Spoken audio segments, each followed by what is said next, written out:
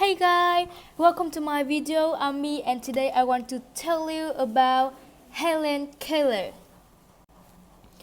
Imagine not being able to see or hear. How would you learn about the world around you? How would you learn to communicate? How would you face many serious challenges, wouldn't you? These are challenges Helen Keller faced more than 100 years when she was born on June 27, 1880 in Tuscaloosa, Alabama. Helen could see and hear. When she was 19 months old, she became ill and had a very high fever. She survived her illness, but fever left her blind and deaf. With time and teaching, Helen Keller would overcome her disabilities and become an inspiration to many people. Helen's early years. At the time when Helen was more girls, people didn't know how much about disabilities. Not many teachers had tried to educate people who were both deaf and blind. Only a few children like Helen around the world had to learn to communicate. Helen and her parents tried to work with her disabilities. Helen did not have rules to follow. At times she seemed out of control. Her parents had little hope that Helen would lead the kind of life they had imagined she would. Helen gets a teacher. Helen's parents grew more and more frustrated.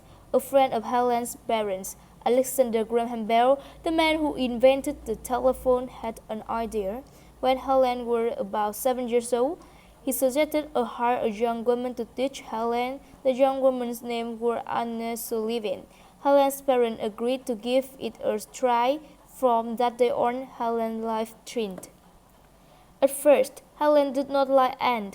Anne made Helen do things she didn't want to do, and made Helen eat from a plate, pick up after herself, and dress herself.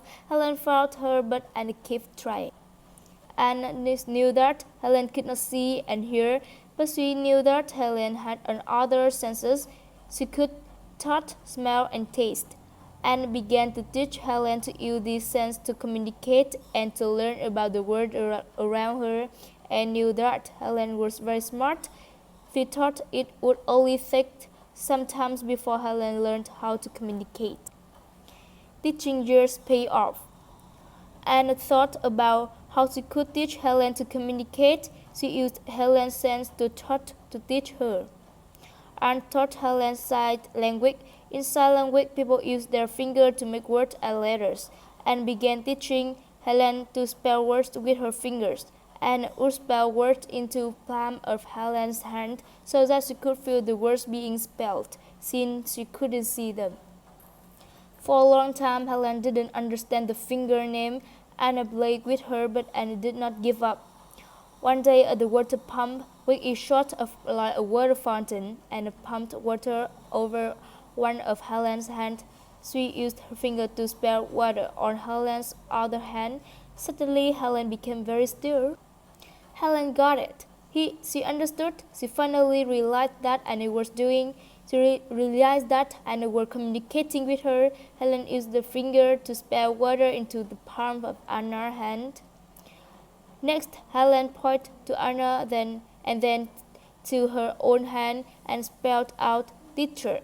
From that day forward, Helen called Anne teacher. When Helen had Anna spell out the names of all the things around her, Helen learned to spell words as quickly as Anna could teach them to her. Next, Anna taught Helen to use her sense of thought to read.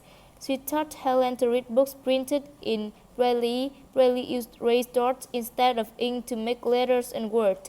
Helen learned to feel words.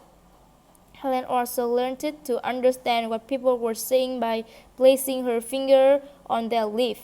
As people said different words, Helen could feel their lips change shape.